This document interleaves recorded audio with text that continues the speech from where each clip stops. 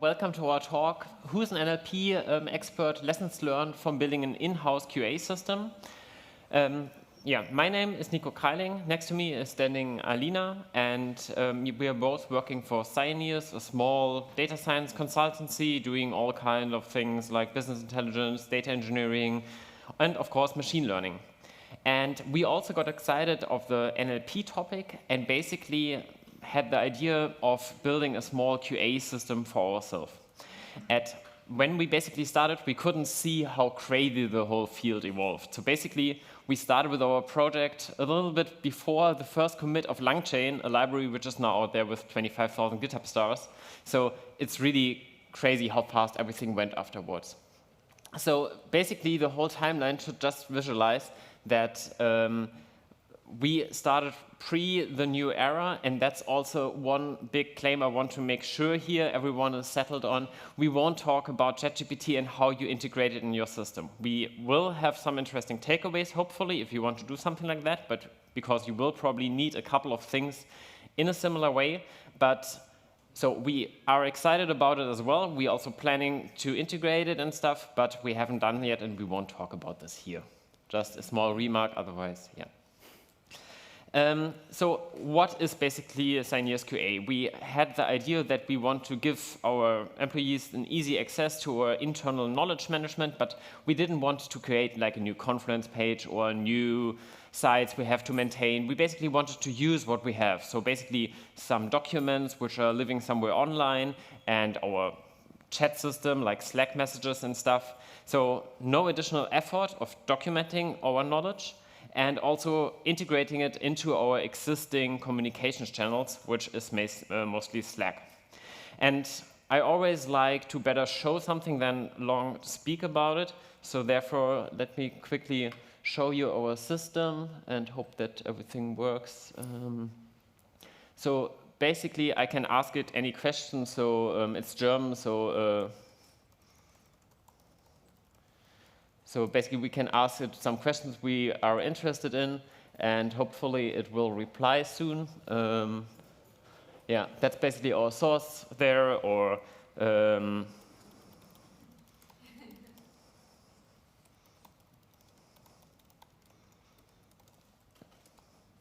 let's see whether it gets that one.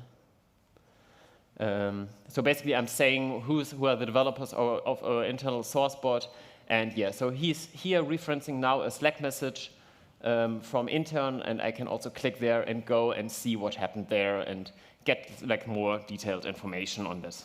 So basically, that's the idea of what we want to leverage. Not all examples are working that great, of course, but yeah, I want to give you a nice impression what we're doing there. So what will this talk be about? It will be of how you integrate heterogeneous data sources, like, for example, long documents and really small chat messages you have, which are really verbose, of how we evaluate different kind of retrieval and reader systems, about the differences of extractive and abstractive QA, and also how to integrate it into a Slack bot.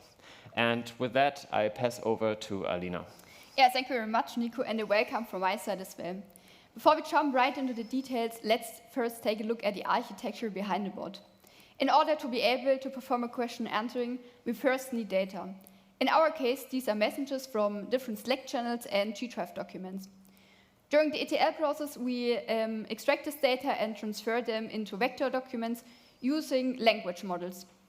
Depending on the data source, the data is additionally enriched with semantic information.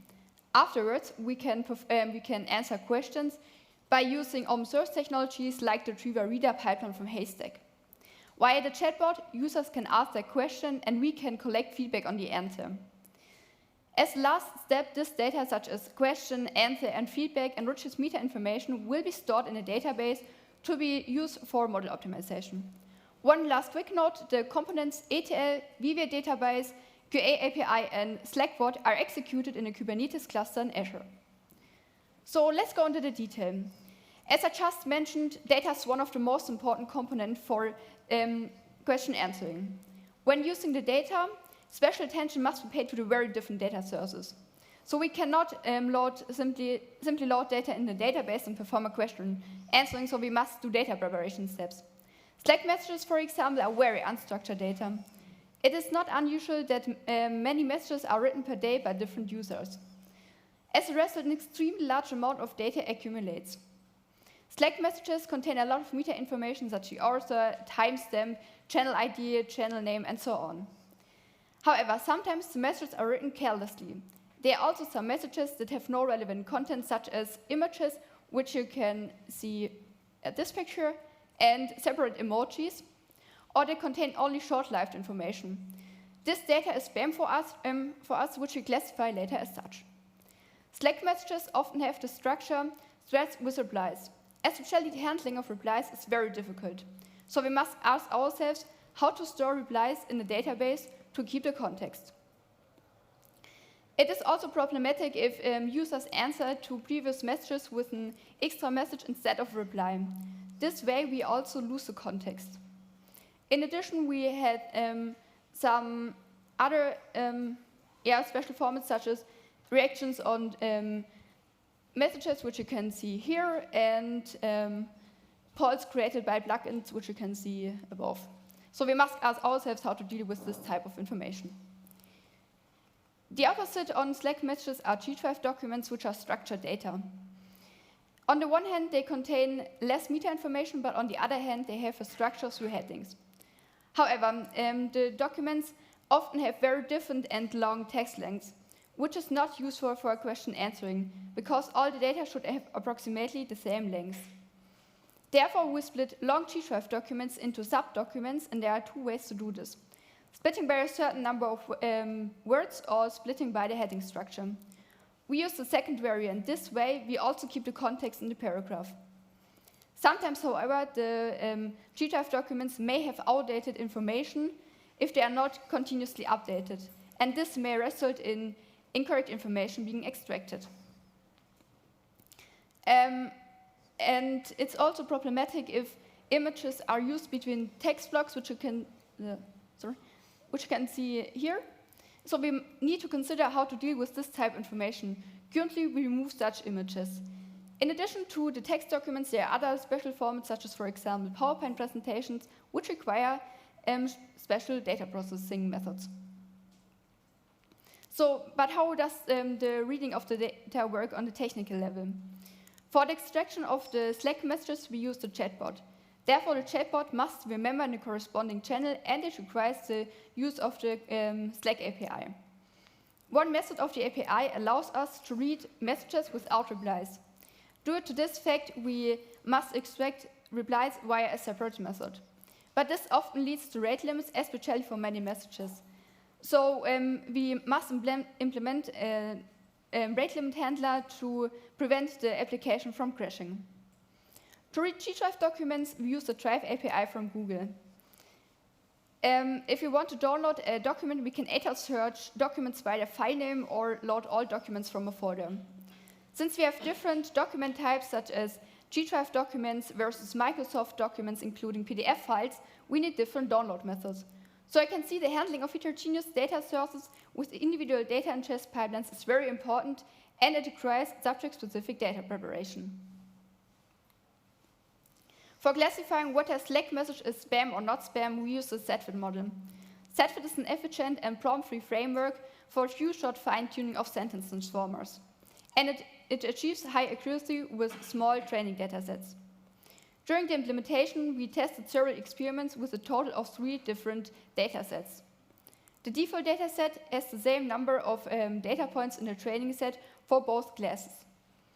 In the more training data not spam class, we use twice the number of data points for the not spam class than for the spam class. Because in a balanced data set, we had many false positives, but would later classify a spam message as not spam than the other way around. Therefore, we gave more weight to the not spam class.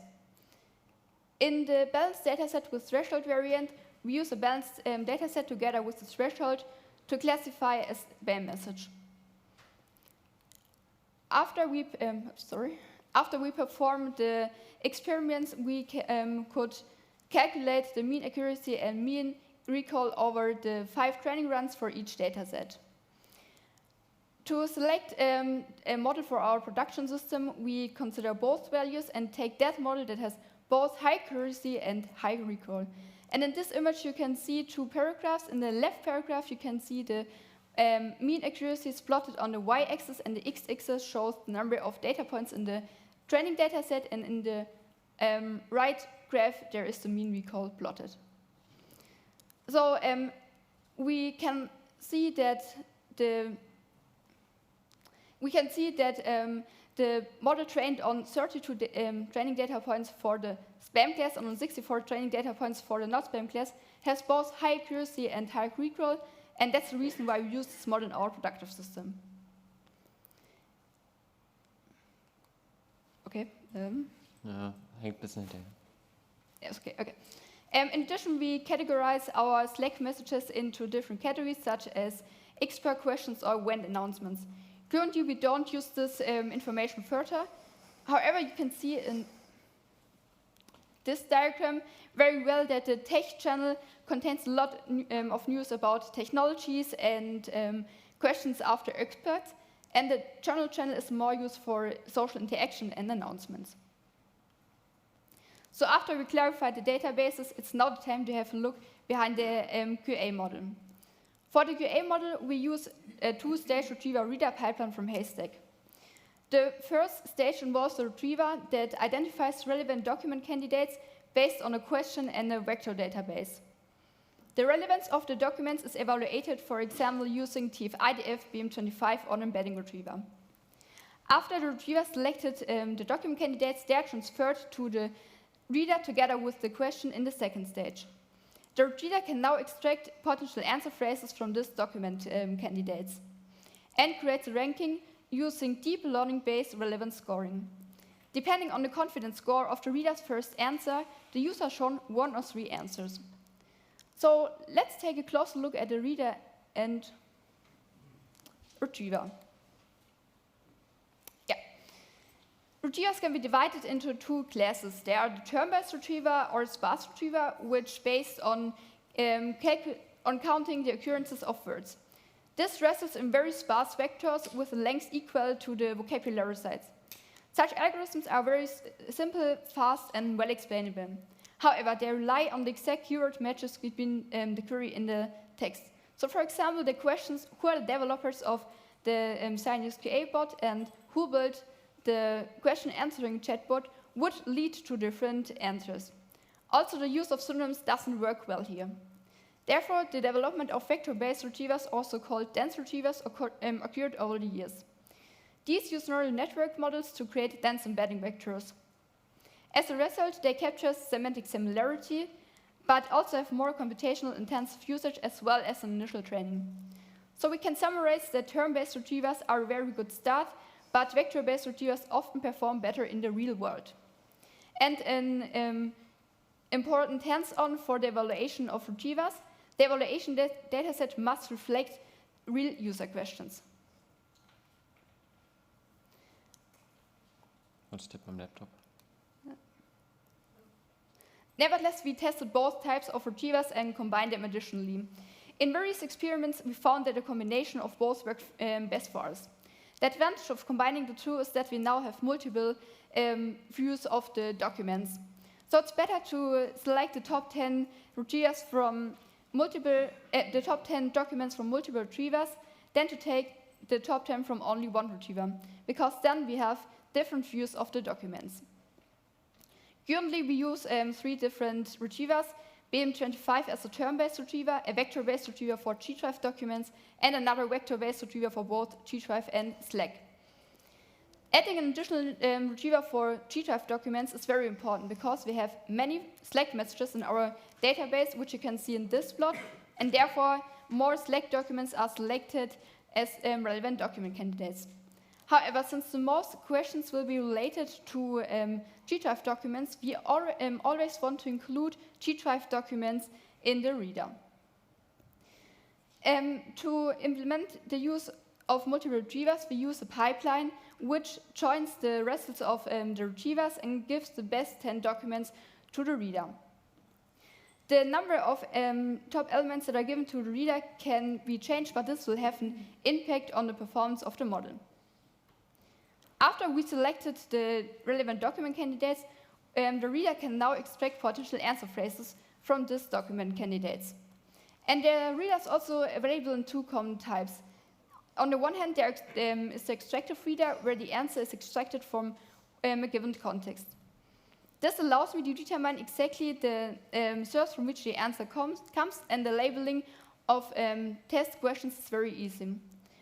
However, not always exactly one answer can be extracted as potential answer phrases, and if you can imagine this,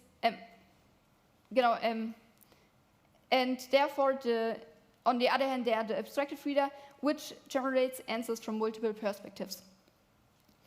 This leads to the generation of rich and more accurate answers. However, this is also more difficult to create suitable labels for determining the inference and to measure the similarity between the label and prediction. For us, it's currently okay that we still use an extractive reader. However, we plan that ChatGPT will later provide the abstractive power to combine extracted information. During the implementation of the chatbot, it became apparent that for testing the model's performance, an evaluation dashboard with test use cases is critical for identifying problem cases. And therefore, we use Streamlit. Streamlit allows us, or transforms Python scripts to interactive web applications. To calculate the similarity between the prediction and the target, we use the Rouge F1 score. Rouge is a set of metrics for the evaluation of both automatically generated summaries and machine translations. Based on this score, we can now determine some measures about the number of correct and incorrect answers. Furthermore, we track the position of the document with the correct answer in the retriever to determine how well the retriever and reader perform. The challenge in testing the model's performance lies in what constitutes good or bad labeling, because the choice of the test questions influence the metrics. So therefore, the metrics should be considered critically. For example, we wondered why BM25 worked so well for us until we realized that many of our test questions are very close to the wording of the paragraph from which the answer should be extracted.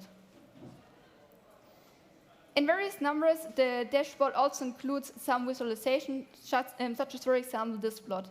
And this diagram, you can see very well that for most questions, the document containing the correct answer is among the first documents of the retriever.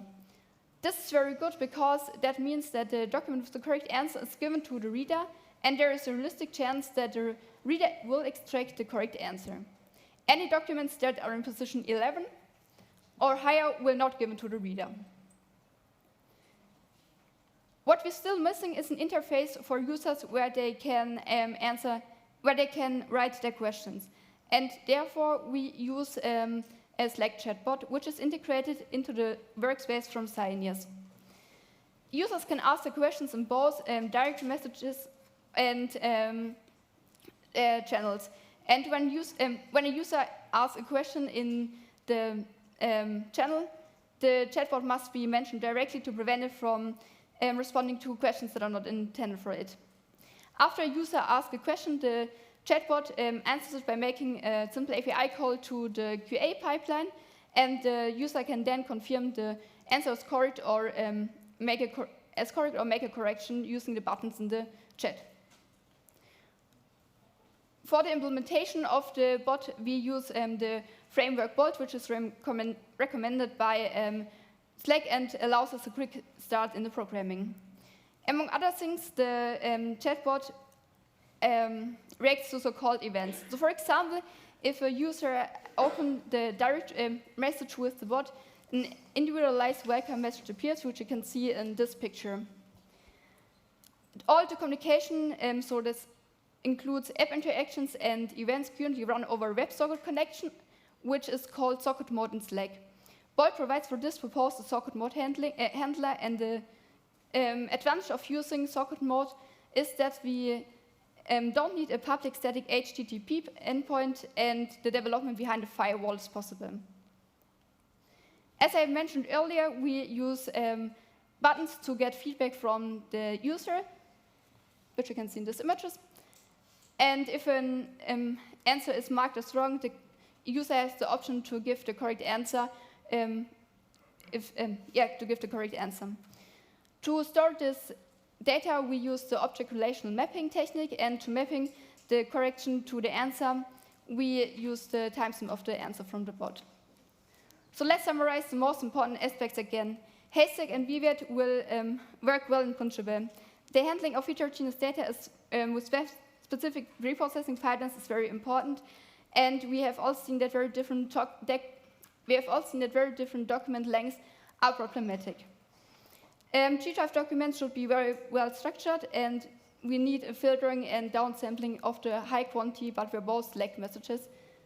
And an good evaluation dashboard with test use cases is crucial to identify critical problem cases. Okay, and as said, we don't talk about ChatGPT, but of course I want to outline the vision, basically how we think things will work, probably for us and many others as well. And the nice thing is that basically we have all the stuff above already.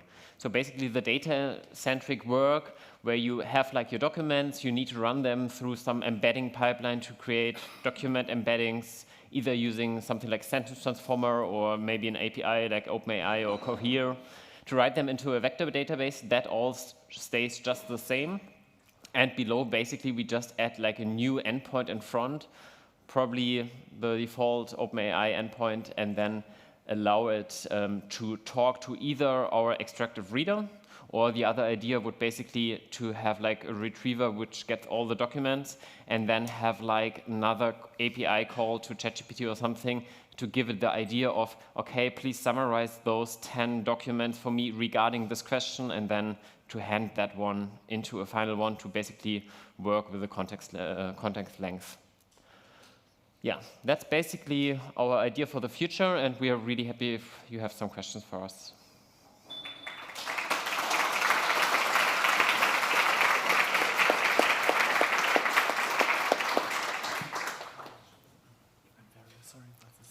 But, okay, yeah, so, but you have some for us?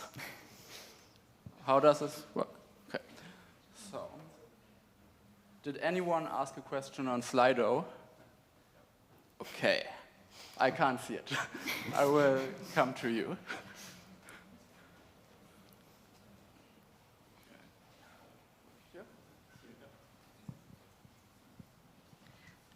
So I have several questions, actually. Thank you for your talk. Go for it.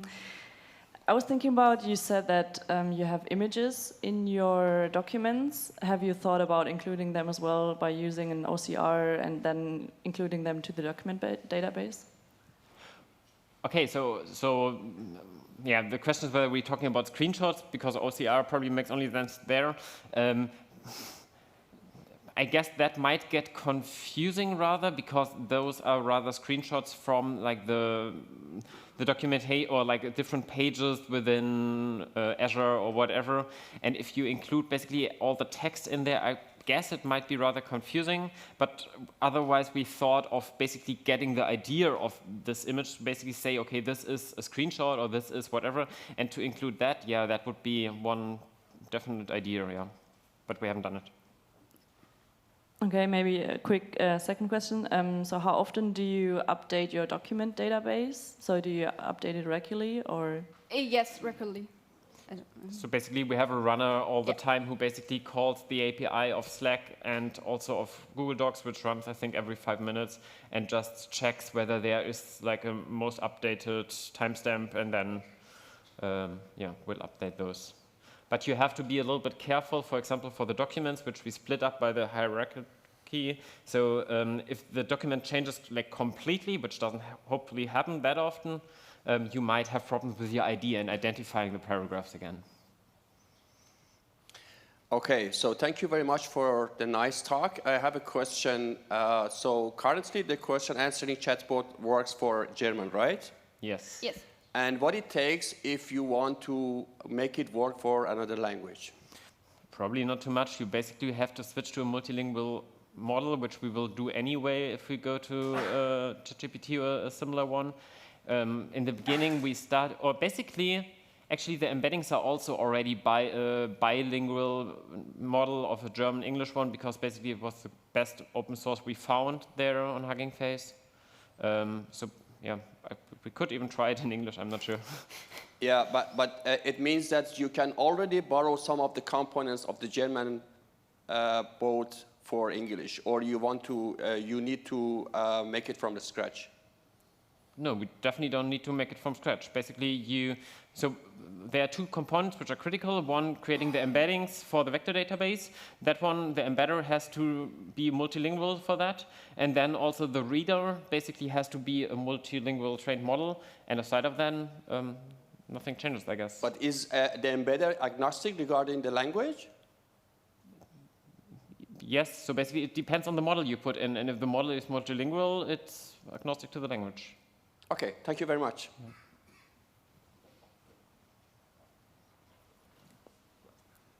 Okay. Thank you. How the hybrid search works, how you aggregate the different algorithms. I mean, how you evaluate that in practice. The retrievers, you mean? Yes, you said that you are using, for example, the sentence embedder, but also BM25. You have an hybrid search. Yeah. Then how you aggregate and how you evaluate that? So basically, we took the time to generate, like, I think, 200, 300 question-answer pairs. But basically, the process is also important because we basically looked into certain documents and then had the question, okay, what could we ask to that document? And that also led to us using the same phrases we had in the document in the question again, which gave a boost to our BM25 retriever.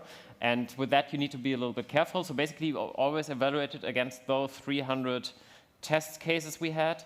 And yeah, one important finding we had is that often a retriever has the correct document, because then now we know the correct document for those ones, on rather the first or the second position, or like really long tail. So the third, fourth, fifth position often doesn't help us, and therefore we use like different retrievers now, and we basically just concatenate them together by basically the rank. So basically we take the first rank for the first document.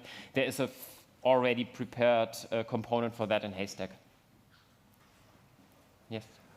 Thanks for the great talk. I have two questions actually. First one is you mentioned the problem of outdated data. Do you have some way to deal with that? Mm-hmm. And the second question, can you elaborate a bit more on the pre-processing step you do with classification and metadata and how it exactly comes into the pipeline? Is it just a filtering step? And yeah, just to elaborate a bit more on that. And also, if you take it away, how much performance loss do you have? If you have a feeling for that. Thank you. Okay, make that quick. So basically, the one is basically we write everything in the database right now, but we flag the ones where we think it might be spam and so, and then we use a pre-filter within the document search basically to filter those ones out. Yeah, and regarding the update procedure, maybe you can say something? Yeah, outdated information is more that the employees don't update the documents in our cheat drive. So yeah, it's still a human problem that we have to do manually to update the information in our documents. Yeah, and I think we're on the time, but we can maybe chat a little bit later in the audience. Yeah. So. Thank you so much, and please give another round of applause to the speakers.